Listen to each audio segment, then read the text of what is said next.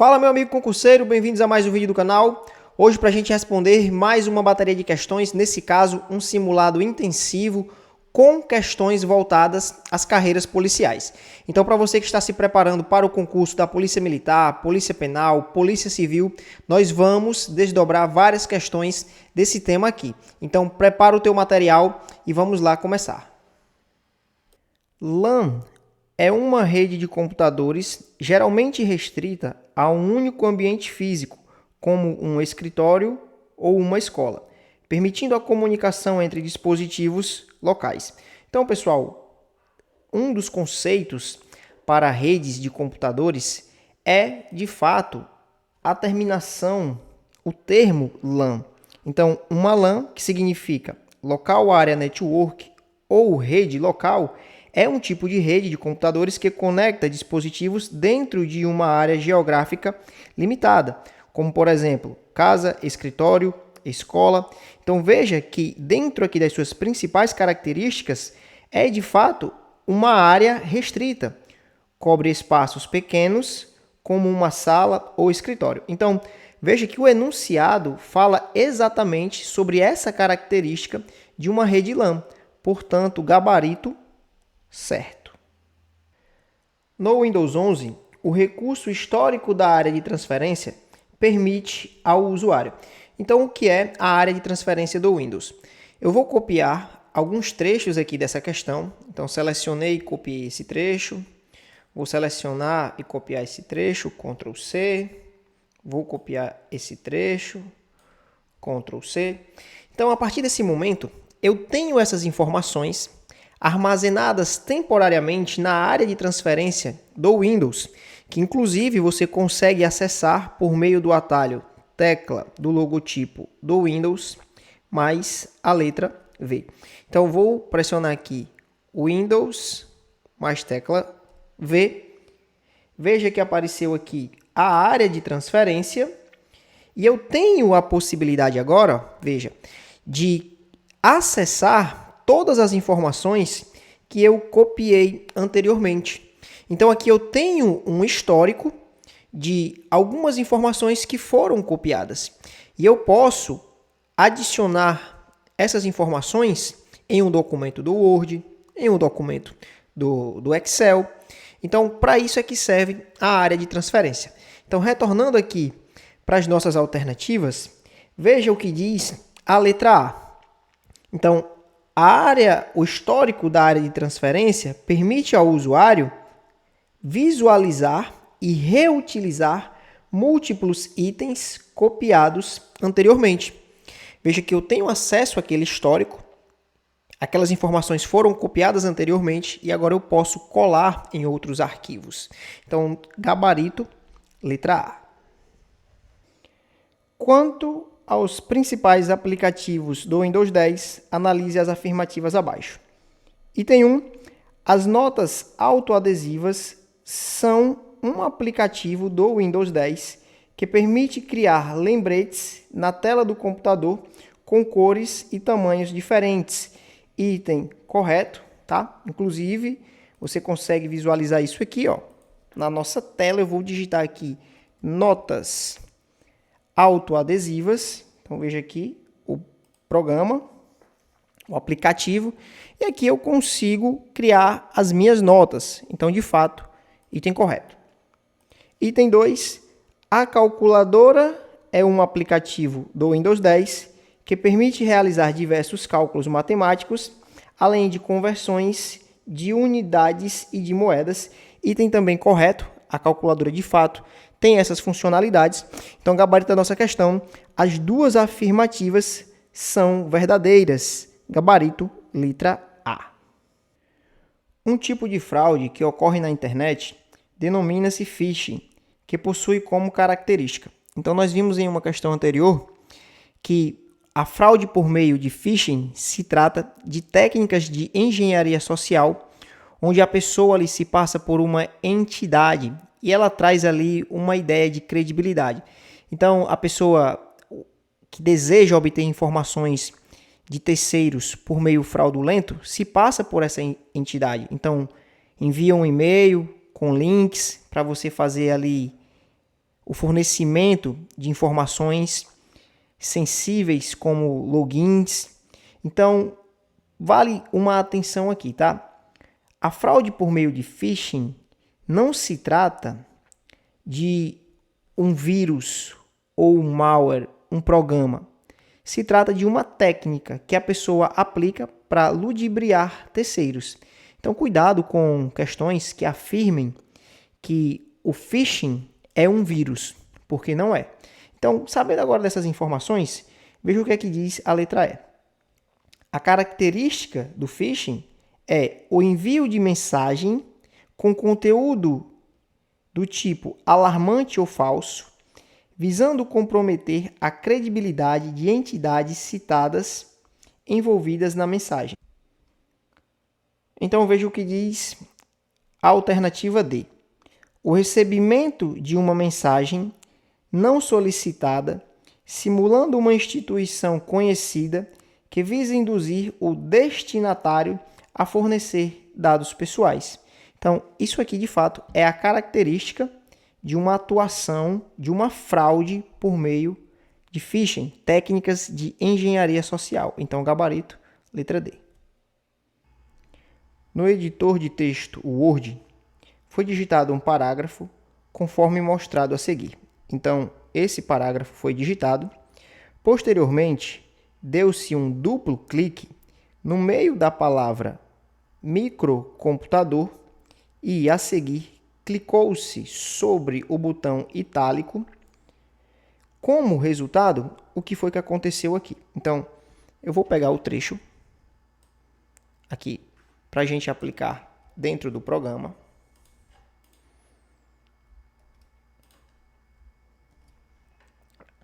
Vou agora dar o duplo clique na palavra microcomputador.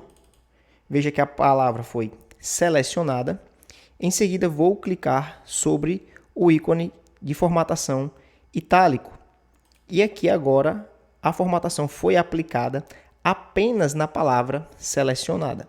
Então, retornando para as nossas alternativas, veja que a palavra microcomputador ficou com o estilo de fonte itálico. Então, gabarito, letra B.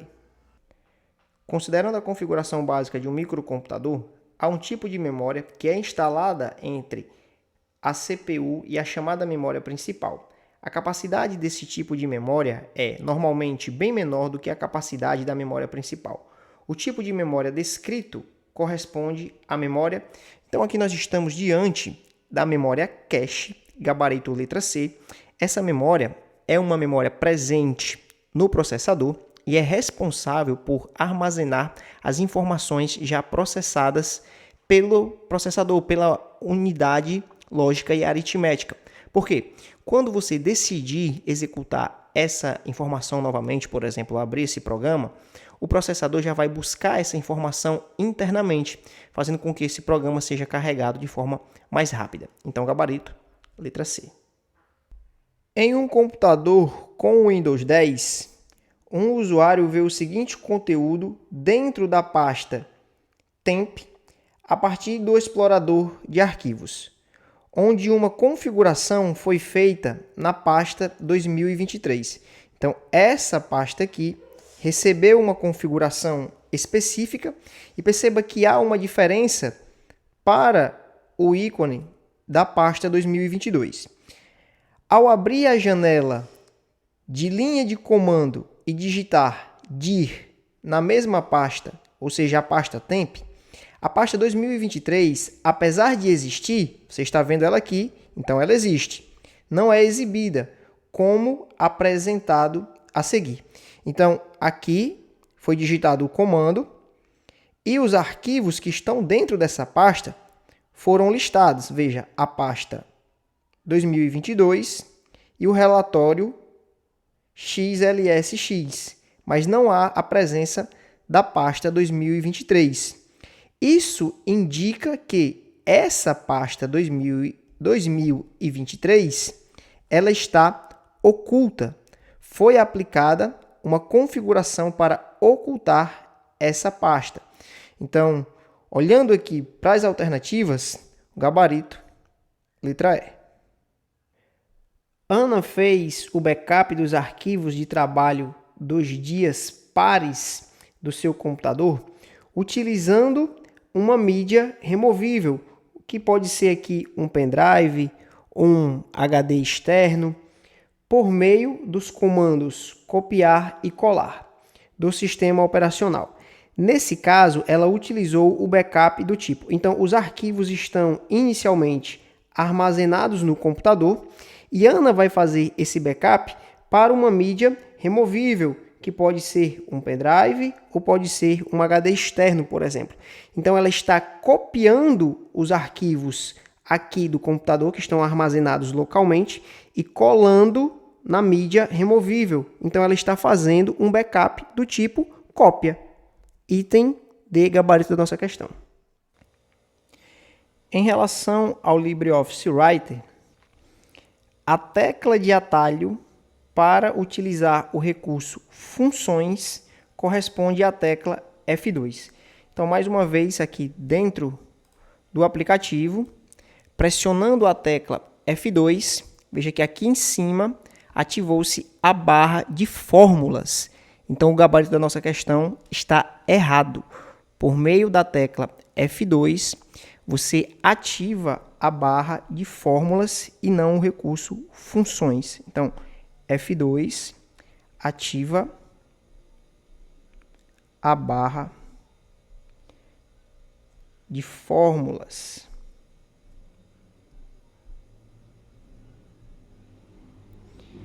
Que por meio dessa barra, você consegue utilizar algumas funções que você utiliza lá no Calc, o programa destinado a fazer planilhas. Então, o gabarito da nossa questão errado. Você está utilizando o LibreOffice Writer para formatar um documento oficial. Após definir o estilo do texto, você precisa numerar as páginas do documento, começando a numeração a partir da terceira página. Para isso, você deve. Então, pessoal, quando você estiver utilizando aí o Writer, produzindo o seu arquivo de texto, e você deseja fazer a numeração dessas páginas, se você for diretamente na guia Inserir, escolher a opção Rodapé e em seguida o número da página, todas as páginas vão ser numeradas começando da primeira. E veja que o enunciado da questão é bem claro, dizendo que a numeração deve começar a partir da terceira página. Então, esse arquivo já tem algumas páginas e a numeração tem que começar a partir daqui. Para isso, você tem que fazer uma quebra de seção, para que agora o Writer comece a numerar a partir da terceira página. E sabendo que você precisa fazer essa quebra de seção para conseguir numerar a partir da terceira página, você observa que apenas o item E fala de quebra de página, que no caso é a própria quebra de seção dentro do Word, tá? Então, o gabarito da nossa questão é o item E, inserir uma quebra de página na segunda página e na terceira página, acessar o menu Inserir, escolher a opção Rodapé e adicionar número da página, ajustando a numeração inicial para 3. Então, gabarito da nossa questão, item E. Você observou que o Google Chrome permite que sejam salvos localmente no seu computador imagens e arquivos para que a navegação seja mais rápida quando a página for aberta novamente. Esse recurso é conhecido como... Então, a gente vai aprender aqui o conceito de memória cache presente no navegador e veja o que é que a memória cache possibilita. A memória cache de um navegador é como um baú secreto onde ele guarda partes dos sites que você visita para agilizar tudo da próxima vez. Em vez de carregar tudo do zero, ele recupera arquivos armazenados como imagens, scripts e estilos diretamente do cache. Então, esse recurso possibilita você ter uma navegação mais rápida. E como nós já vimos aqui o conceito, o gabarito da nossa questão é o item C, memória cache. No LibreOffice Impress, os botões de ação são recursos que permitem... Então, pessoal, o Impress é o programa para criação e apresentação de slides. eu vou abrir aqui o programa para a gente visualizar o que é que a questão está pedindo. Então, para que você consiga inserir um botão de ação, você precisa clicar na guia Exibir, vir até a opção Barras de Ferramentas, em seguida clicar em Controles de Formulário. E aqui vão aparecer as opções para você criar os botões. Você vai selecionar um botão, vai colocá-lo na sua apresentação e depois você precisa fazer algumas outras configurações para que eles possam agir durante a sua apresentação.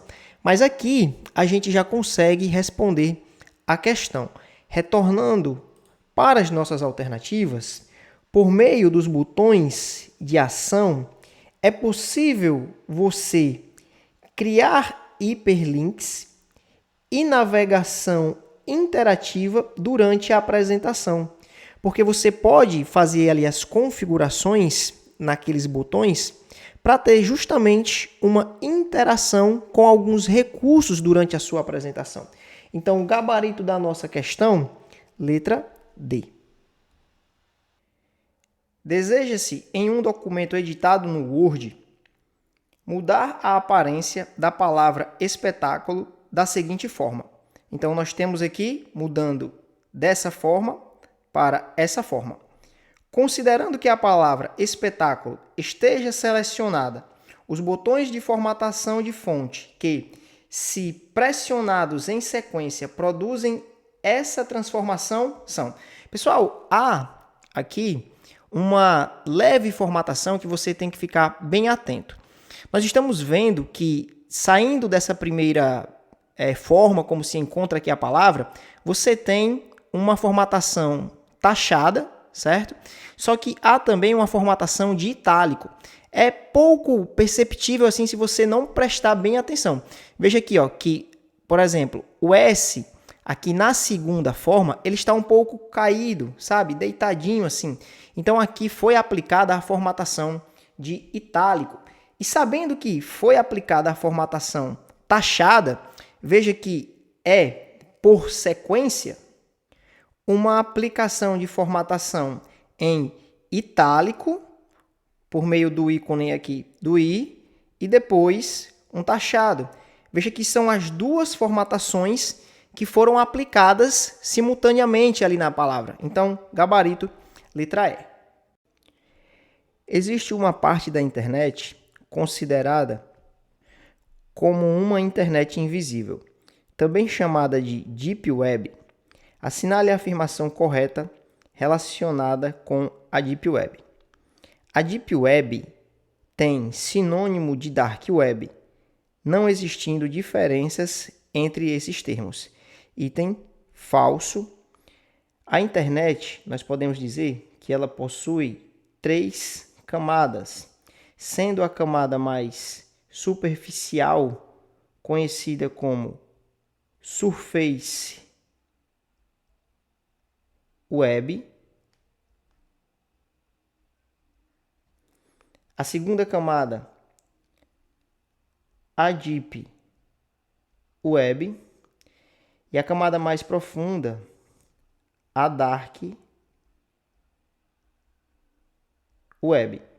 E qual a principal diferença entre a Dark Web e a Deep Web? É que na Dark Web existem os conteúdos ilegais. Então, existe sim uma grande diferença entre essas duas camadas da internet. Item B, ela é acessível pelos mecanismos de busca tradicionais. Item falso. Na Deep Web, para que você consiga acessar o conteúdo ali presente, você precisa, por exemplo, de um navegador específico chamado de Tor. Para acessar a Deep Web, você precisa utilizar esse navegador, pois ele consegue acessar as páginas não indexadas na parte mais superficial, pois estão presentes na Deep Web. Ela é uma zona da internet que pode ser detectada e acessada facilmente por qualquer motor de busca tradicional, como Google e Bing. Já expliquei isso aqui no item anterior, falso também. Na Deep Web, o conteúdo invisível é sempre mais seguro e ilegal. Item falso, essa questão de possuir um conteúdo ilegal está mais presente aqui na Dark Web. Então, por eliminação, chegamos ao gabarito da nossa questão, que é a letra E, que diz o seguinte: a maioria das páginas presentes na Deep Web é mantida oculta do navegador de internet para proteger informações e privacidade do usuário. O malware, que se caracteriza por manipular o tráfego de um site legítimo para direcionar os usuários para sites falsos por meio da técnica de envenenamento do cache do DNS. Então, o que é que essa questão está dizendo? Aqui é o seu computador, você está navegando pela internet. Então, quando você faz uma consulta, você digita ali uma URL de um site, você digita a URL, o endereço desse site, o DNS, ele converte o que foi digitado em um endereço IP e te direciona para a página específica que você está buscando, o site específico. Quando esse DNS está envenenado, quando ele está alterado por um ataque do tipo farming, que é o gabarito da nossa questão, letra D, é isso aqui que acontece. Quando você digita a URL, esse DNS, ele envenenado, digamos assim, te direciona para uma página falsa, para um site falso, que aparentemente parece ser verdadeiro, porque possui ali algumas semelhanças com o site original. E aí você acaba fornecendo as suas informações. Então, o gabarito da nossa questão, letra B. No explorador de arquivos do Windows 10, é possível, depois de selecionadas as opções correspondentes, exibir arquivos ocultos e extensões de nomes de arquivos. Então, eu vou abrir o explorador de arquivos para a gente entender o que a questão está dizendo. Eu estou utilizando o Windows 11, mas o procedimento aqui é basicamente o mesmo. Então, clicando nas opções do explorador de arquivos, vai abrir essa caixa de diálogo de opções de pasta. Você clica no modo de exibição e aqui vão estar algumas possibilidades para você marcar ou desmarcar, como, por exemplo, ocultar as extensões dos tipos de arquivos conhecidos. No caso, a opção está marcada, então as extensões estão ocultas. Quando eu desmarcar aqui, elas vão aparecer. E logo mais abaixo, tem a possibilidade de você marcar a opção para mostrar arquivos, pastas e unidades ocultas. Então, tudo que tiver em oculto vai aparecer. Então, como a questão falou aqui para a gente no gabarito, dizendo que depois que você selecionar as opções correspondentes, é possível exibir tudo isso, gabarito certo. Pessoal, na nossa próxima questão, nós temos um resultado que foi obtido por meio de uma fórmula na célula E3, então esse valor aqui, assim como outro valor que também foi obtido por uma fórmula na célula C6, que resultou nesse valor aqui. Então, nós precisamos encontrar qual fórmula foi digitada para que se tenha esse resultado. Então, veja que na célula E3 foi digitada a função de soma para que você chegasse ao resultado 12. Então, nós temos igual soma, o intervalo de B3 até D3, porque é justamente esses valores aqui que estão sendo somados.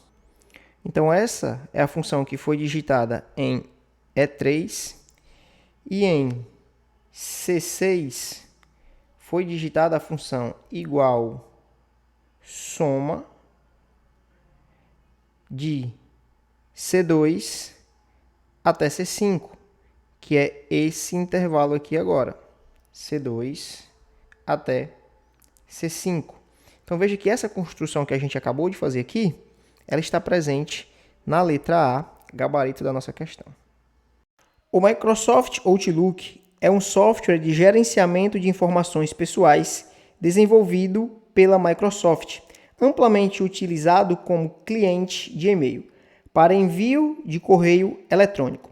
O Microsoft Outlook possui uma funcionalidade que permite que os usuários filtrem automaticamente e-mails indesejados em suas caixas de entrada. Assinale a alternativa que apresenta esta funcionalidade. Então, quando você estiver diante desse tipo de questão que fala ali sobre mensagens indesejadas na sua caixa de e-mail, chegando no seu e-mail, essas mensagens, elas são direcionadas para uma pasta chamada de spam. Então, o gabarito da nossa questão aqui se trata de um filtro de spam, justamente, que vai destinar essas mensagens indesejadas para essa pasta spam. Então, gabarito da nossa questão, item A. No LibreOffice Writer, para criar um índice automático de conteúdo, é necessário que o documento tenha. Então, eu vou abrir aqui o Writer. E para que você consiga criar o seu índice automático, é necessário que você faça formatações de estilo nos títulos do seu arquivo. Então, para isso, você vai clicar primeiramente na guia Exibir. Vindo até o submenu Estilos, veja que vai aparecer aqui as opções de estilos para você aplicar aos títulos. Depois que você fizer essa aplicação, você vem na guia Inserir, vem até o submenu Sumário e Índices e vai clicar na opção Sumário, Índice ou Bibliografia. E aqui você vai finalizar a formatação para o seu índice automático. Vendo essa explicação básica, já é possível a gente responder a nossa questão. Então, para que você consiga criar esse índice automático, é necessário que o documento tenha estilos de cabeçalho aplicados aos títulos. Então, gabarito, letra B. Assinale a alternativa que indica um software que pode ser usado para acessar a Deep Web. Então, antes da gente marcar o gabarito aqui na questão, eu preciso fazer algumas explicações para que você consiga ampliar o seu conhecimento e, além de conhecer o programa, que no caso aqui se trata de um navegador com o qual você vai conseguir acessar a Deep Web, nós vamos ampliar aqui o conhecimento. Entenda uma coisa.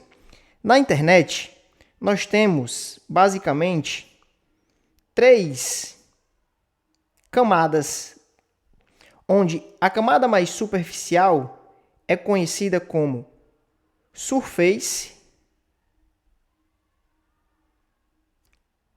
Web. A segunda camada é a Deep Web. E a camada mais profunda, conhecida como Dark Web. Então, essas camadas, elas possuem algumas características. Quais são essas características? Então, tira o print, já faz essa anotação, porque eu vou jogar aqui na tela um gráfico, uma tabela mais detalhada, né? Então, veja bem. Para Surface Web, que é a parte mais próxima do usuário quando está acessando, digamos assim, nós temos as páginas que estão indexadas na internet e são possíveis de serem acessadas por meio dos buscadores comuns, como o Google e o Bing. Já a Deep Web, você vai ter as páginas não indexadas e tendo um conteúdo que é legal, privado ou restrito. E para que você consiga acessar essa camada da Deep Web, você precisa de um programa, que no caso é um navegador específico. E esse navegador é chamado de Tor. Já a Dark Web é a camada da web mais profunda e tendo ali um conteúdo também não indexado, não sendo possível acessar pelos meios comuns, como a Surface Web, e tem uma grande presença de conteúdo até ilegal. Então, conhecendo aqui essas características básicas e retornando para as nossas alternativas, veja que para acessar a Deep Web, que é a camada intermediária ali da web, você consegue fazer isso por meio do navegador chamado Tor. Quanto ao malware e antivírus, analise as afirmativas abaixo e analise a alternativa correta. Item 1. Um antivírus nunca irá interferir no desempenho do sistema. Pelo contrário, logo após a instalação de antivírus, percebe-se melhorias no sistema. Item falso. Um antivírus pode acabar afetando o desempenho do seu computador, por exemplo, quando a sua máquina possui baixa capacidade de memória RAM e você já tem ali um antivírus mais robusto, digamos assim. Então, quando ele é carregado, ele acaba exigindo mais da memória RAM do computador. E por ter pouca quantidade, você pode perceber uma lentidão durante o uso da máquina. Item 2. Um antivírus deve ser executado e atualizado apenas quando o usuário suspeitar que o sistema está infectado. Item também falso, tá? O próprio antivírus, ele possui possibilidades de atualizações automáticas. Então, fica já ativado ali no antivírus, que tendo conexão com a internet, vai buscar por novas atualizações. Então, as duas alternativas são falsas, gabarito, letra D. No notebook de Joana, que utiliza o Windows 10, o aplicativo Word está fixado na barra de tarefas. Nesse cenário, considere que tenha havido um clique com o botão direito no ícone do Word presente na referida barra. Analise as afirmativas a seguir. Então, o que foi que aconteceu quando Joana clicou com o botão direito aqui no aplicativo do Word? Cliquei com o botão direito, veja o que vai aparecer. Vão aparecer outros arquivos do Word que foram abertos recentemente e a opção de fixar esse programa na barra de tarefas, porque no caso ele não está fixado. Se já estivesse fixado, apareceria a opção para desfixar. Então, sabendo dessas informações, veja o que diz os itens 3. É aberto um menu no qual uma das opções é desfixar o aplicativo da barra de tarefas. Correto. É aberto um menu no qual há uma lista de documentos recentemente abertos por meio do aplicativo. Correto também, foi o que a gente acabou de ver. Então, apenas os itens 3 e 4 estão corretos, portanto, gabarito, letra E. Ao se utilizar a função soma-se do Excel, caso haja um critério que inclua símbolos lógicos ou matemáticos, ele deve estar entre aspas duplas. Então, o que é que essa questão está nos dizendo? Eu vou abrir aqui o programa e vou utilizar a função soma-se. Então, igual, soma-se. E essa função, ela faz uma soma baseada em um determinado critério. Então, eu vou escolher o intervalo de B2 até B6, que é o intervalo onde vai ocorrer a soma, e vou utilizar como critério dizendo o seguinte: eu quero que do intervalo de B2 até B6, você me retorne os valores que são maiores do que 5. Então, como resultado, veja que nós temos duas vezes o número 10, então 10 mais 10, 20. Esse deve ser o nosso resultado. Então, quando eu pressiono Enter, veja que o programa vai me retornar um erro. Por quê? Porque a sintaxe está errada. Como a questão falou, quando existir símbolos matemáticos, eles precisam estar entre aspas duplas. Então, eu vou colocar aqui agora o critério entre aspas duplas. Veja que existe um sinal matemático. Então, agora a sintaxe ficou correta e agora sim nós temos o valor 20 como resposta. Então, retornando para o gabarito da questão, assim como o enunciado afirma, o gabarito está certo, porque você precisa colocar esse símbolo matemático entre aspas duplas.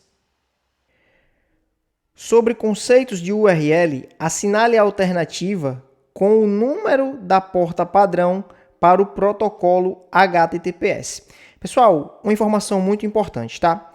Protocolos de transferência de hipertexto, como o HTTP e o HTTPS, são protocolos responsáveis por transferir as páginas web para o seu navegador. Então, a página, o site que está hospedado em um determinado servidor, ele é carregado para o seu navegador por meio de um protocolo chamado HTTP ou HTTPS, que é o protocolo de transferência de hipertexto. Então, qual a diferença básica entre esses dois protocolos? O protocolo HTTP indica que você está fazendo uma navegação em uma página que não oferece segurança, que não oferece criptografia. Já o HTTPS diz que você está em uma página segura. Então, essa página aqui, por exemplo, oferece criptografia. E outra diferença em si é a porta padrão para cada protocolo. Então, no protocolo HTTP, você tem a porta 80, enquanto no HTTPS a porta é a 443. Então, como a questão aqui está pedindo a porta padrão do protocolo HTTPS, gabarito, letra B. É uma tentativa de tornar os recursos de um sistema indisponíveis para os seus utilizadores. Não se trata de uma invasão do sistema, mas sim da sua invalidação por sobrecarga. São feitos geralmente para forçar o sistema vítima a reinicializar ou consumir todos os recursos, como memória ou processamento, por exemplo, de forma que ele não possa mais fornecer seu serviço. Assinale a alternativa que preenche corretamente a lacuna do enunciado. Pessoal, essa definição aqui é a definição de um ataque DOS, de um ataque DOS. Então, o gabarito da nossa questão, letra C, ataque de negação de serviço, DOS. E quais as principais características que você deve memorizar? Se trata de realizar uma sobrecarga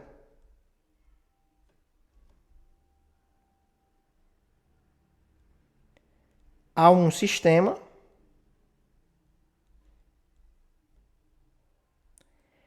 a fim de deixá-lo indisponível.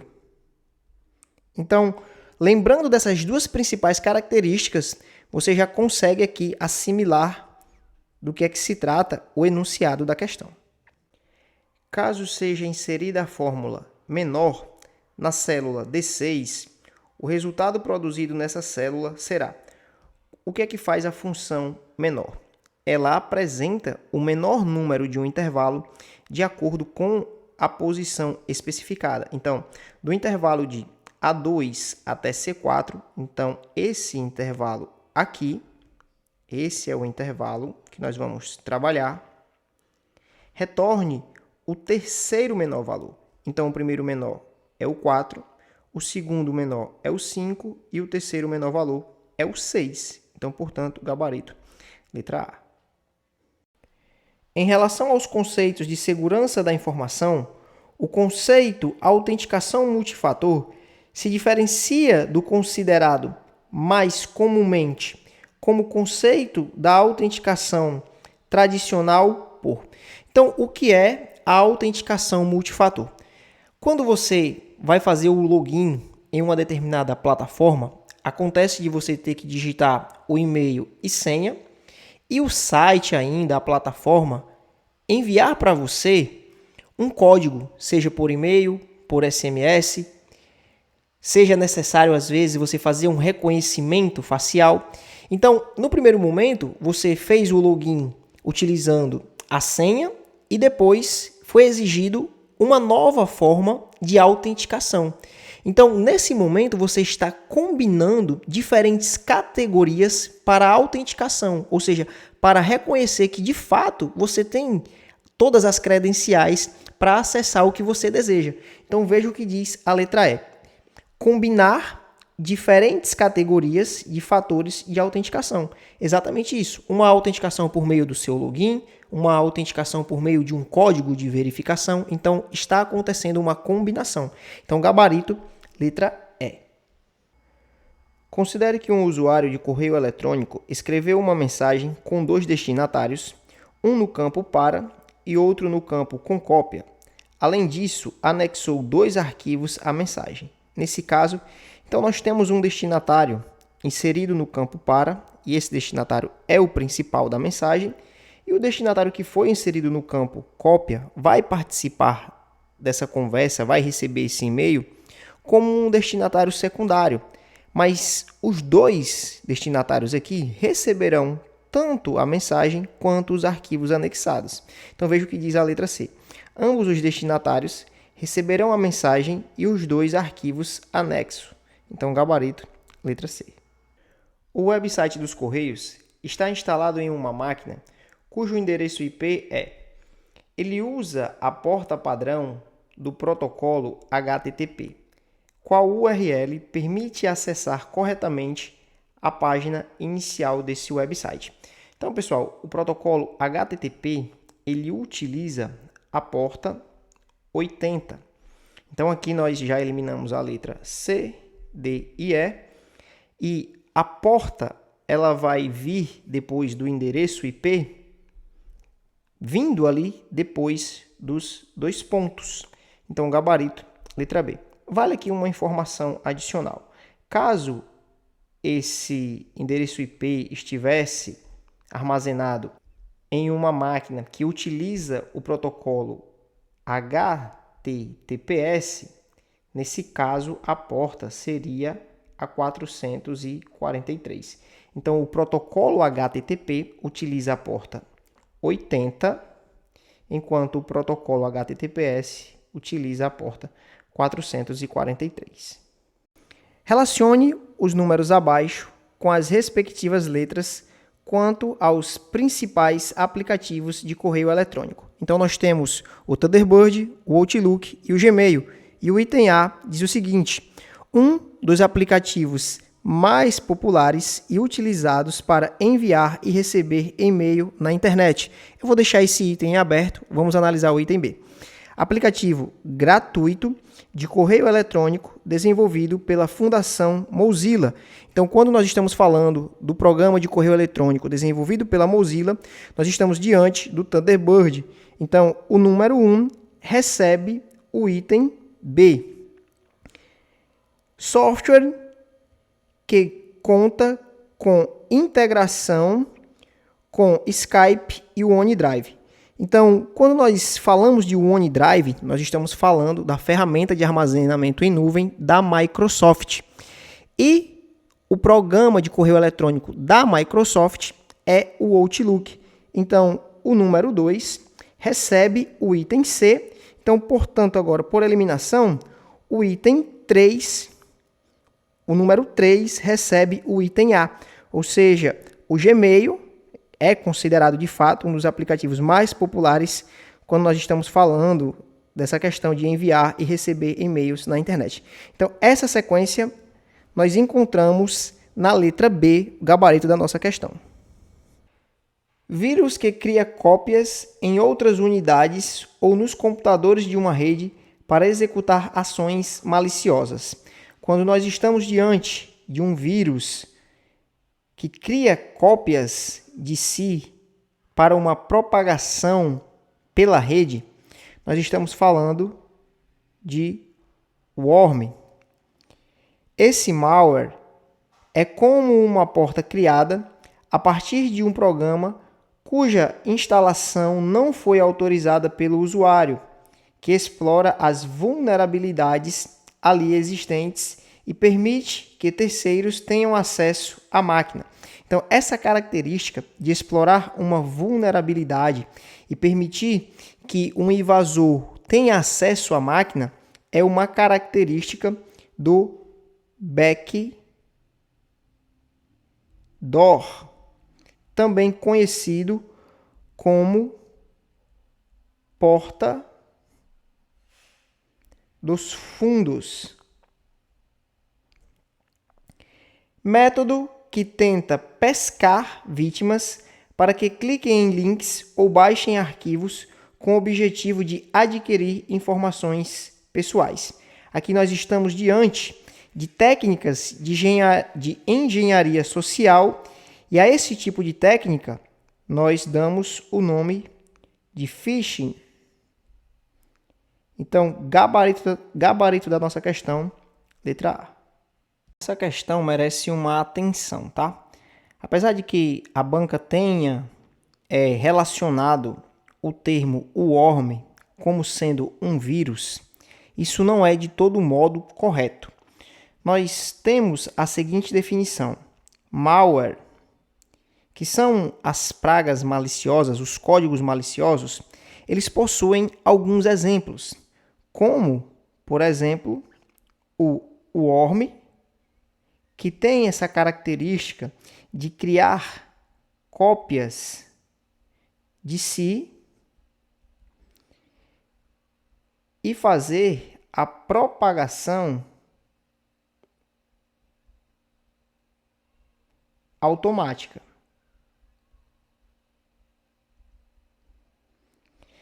E o vírus, que é também um malware, tem características diferentes. Então, o vírus, ele se anexa a um arquivo e para que ele comece a agir no computador, ele precisa ser executado. Então, o vírus, diferente do worm, ele não se propaga automaticamente. É necessário a interação do usuário, ou seja, ele precisa ser executado. Então, veja que há uma diferença entre esses termos, o que é um worm e o que é o vírus. Ambos são malwares, mas o worm é diferente de vírus. E a questão classificou aqui o worm como sendo um vírus. Isso aqui não está correto. Mas para fins de marcar o gabarito dado pela questão, continuamos aqui com a letra A. Em redes de computadores, o endereço IP é definido como o protocolo responsável pela conversão de nomes de domínio em endereços físicos de dispositivos. Pessoal, o endereço IP é um número de identificação que o seu dispositivo recebe quando ele se conecta a uma rede. Então, o endereço IP não é um protocolo responsável por fazer a conversão de nomes de domínio. Então, Emerson, qual protocolo é responsável por fazer essa conversão? É o protocolo DNS. O protocolo DNS, ele faz a conversão do que você, por exemplo, digita como endereço de um site, quando você digita lá www.algumacoisa.com, o DNS vai converter o que você digitou em forma ali de palavra para um endereço IP e, a partir desse momento, fazer a conexão com o servidor, o dispositivo físico que armazena a informação que você deseja acessar na internet.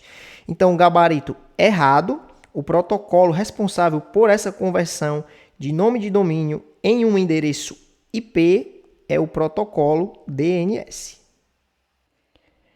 Quanto às principais extensões de arquivo, analise as afirmativas abaixo. Então, extensões de arquivo nada mais são do que as identificações dos arquivos aqui dentro do sistema operacional. Então, primeiro item.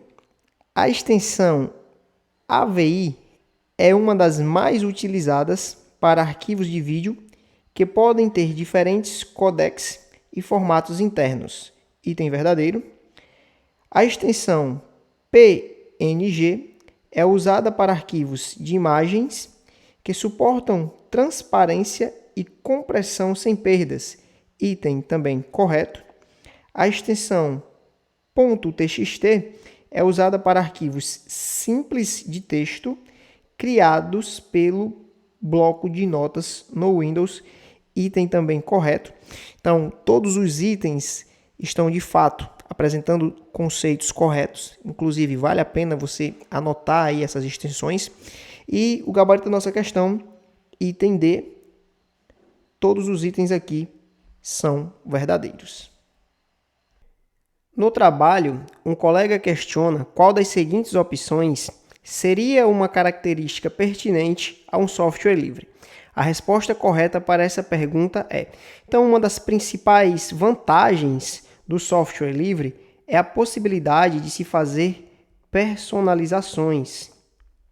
Ou seja, você pode fazer as modificações necessárias à sua demanda. E isso só é possível por conta da principal característica de um software livre, que é possuir código fonte aberto. Então, o gabarito da nossa questão, item E. Ao se clicar com o botão direito do mouse sobre uma guia do programa de navegação Google Chrome, contendo determinada página da internet, e selecionar a opção Fixar guia na lista exibida, será possível. O que é que essa questão quer dizer? Eu estou utilizando aqui o Edge, não é o Google Chrome, mas a ideia é a mesma. Eu vou clicar com o botão direito aqui sobre a guia e veja que vai aparecer a opção de Fixar guia. Cliquei e agora vai ficar o ícone da guia fixada. Então, quando eu desejar acessar essa página aqui, eu vou conseguir fazer de modo mais rápido. Então, isso torna prática a minha navegação. Veja o que é que diz a letra E. Então, seguindo isso aqui que o enunciado falou para a gente, é possível criar um ícone no canto superior esquerdo do navegador, veja, foi esse ícone aqui, o qual permitirá o acesso direto à página exibida. Então, gabarito, letra E. Rootkit é um conjunto de ferramentas que permite ao atacante ocultar a presença de outros malwares.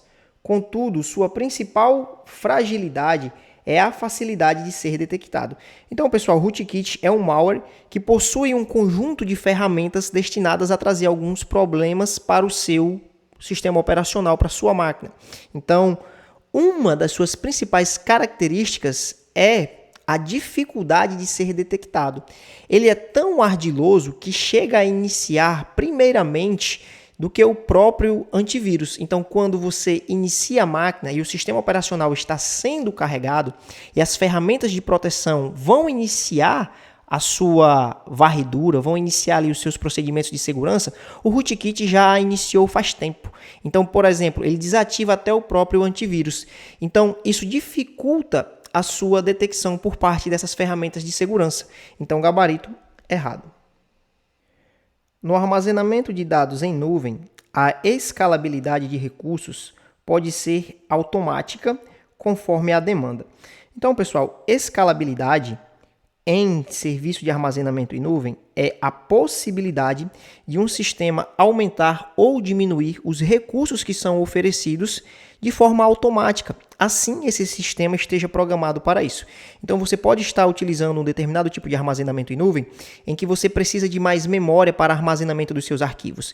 Então, se esse sistema estiver com esse recurso de escalabilidade automática ativo, você vai ter a maior disponibilidade de memórias. E o que é que acontece? A partir do momento que você precisa de mais memória e esse recurso é disponibilizado, você vai pagar mais por isso. Então, imagina que no próximo mês você precisou de mais memória, você vai pagar mais por esse serviço. Mas no mês seguinte, você utilizou menos esse recurso, então você já vai pagar menos. Então, esse sistema automático possibilita essa escalabilidade do sistema oferecer mais recursos ou menos de acordo com a demanda. Portanto, gabarito certo. Dado que o navegador web Google Chrome permite o gerenciamento de cookies, analise as ações do gerenciamento listadas a seguir. Então, cookies nada mais são do que pequenos arquivos que ficam armazenados localmente no computador e eles guardam algumas informações de navegação. E olhando aqui para todos os itens que falam sobre os cookies, a única coisa que você não consegue fazer, ou seja, gerenciar, é o que se encontra no item 3, excluir cookies ao iniciar o Google Chrome. As demais opções, tudo você consegue fazer. Então, veja que a alternativa é a letra D, onde as opções oferecidas pelo Google Chrome com relação às configurações de cookies são o que estão no item 1, 2, 4 e 5. Gabarito da nossa questão. Diante da necessidade de selecionar e avaliar aplicativos voltados à realização de videoconferências, um responsável pelo setor de informática da empresa pode recomendar os seguintes aplicativos. Então, quando nós estamos falando de aplicativos para realização de videoconferência, nós temos basicamente 3 aplicativos principais: o Zoom, o Microsoft Teams e o Google Meet. Então, olhando aqui para as nossas alternativas, a gente consegue perceber que o item D traz as 2 ferramentas que o responsável aqui pelo setor pode indicar para realizar essa atividade. Então, o gabarito, letra D. O processo de mineração em criptomoedas como o Bitcoin envolve. Então, pessoal, quando nós estamos falando de criptomoedas, nós temos que ter a consciência de que se tratam de moedas digitais, é uma coisa virtual. Então, veja o que é que diz aqui já a letra A. Se trata da criação física de moedas. Então, esse item está falso. Veja o que diz a letra C. A conversão automática de moedas tradicionais em moedas digitais. O quê? Converter uma moeda física em uma moeda digital? Não tem essa relação de moeda física com moeda digital. Então, esse item aqui também está falso. O armazenamento de criptomoedas em bancos centrais regulamentados. Uma das principais características das moedas digitais, das criptomoedas, é não existir uma regulamentação por parte dos bancos. Então, esse item também está fora. A transferência direta de valores entre contas bancárias convencionais. Também não há que se falar sobre essa transferência aí em contas do tipo convencional. Esse item também está falso. Então, por eliminação, sobra a letra D como gabarito. A mineração é um processo onde você tem a resolução de problemas matemáticos complexos para validar transações e criar novos blocos. Novos blocos de quê? De criptomoedas. Então, gabarito, letra B. Ryzen e disco rígido SSD são exemplos de hardware para utilização, respectivamente, em... Então, o Ryzen se trata de um processador, enquanto o SSD é um dispositivo de armazenamento permanente. E tendo essa característica de ser um dispositivo de armazenamento permanente, nós estamos falando de uma memória secundária. Então, o gabarito da nossa questão, item B, Ryzen, processador, e SSD, memória secundária. A tecnologia VoIP vem sendo amplamente utilizada e tem como sua principal finalidade. Então, a tecnologia VoIP ela é responsável por transmitir sinais de voz que serão convertidos em sinais digitais. O principal exemplo que nós temos é o aplicativo WhatsApp. Quando você faz chamadas de vídeo, naquele momento você está utilizando por meio do WhatsApp a tecnologia VoIP. Então veja o que diz a letra A. Trafegar por meio da internet sinais de voz convertidos em sinais digitais. Esse é o gabarito da nossa questão. Então, nós finalizamos mais um bloco de questões comentadas de informática. Se esse vídeo te ajudou de alguma forma, deixa o teu like, considere se inscrever no canal, deixa aqui nos comentários quantas questões você acertou, para qual concurso você vem estudando. E para você que deseja aprimorar o seu conhecimento na disciplina de informática, você vai encontrar um link na descrição do vídeo para baixar a apostila com 800 questões comentadas de informática, para você cada vez mais aprimorar o seu conhecimento e chegar bem preparado no dia da sua prova. Valeu, um forte abraço e até a próxima!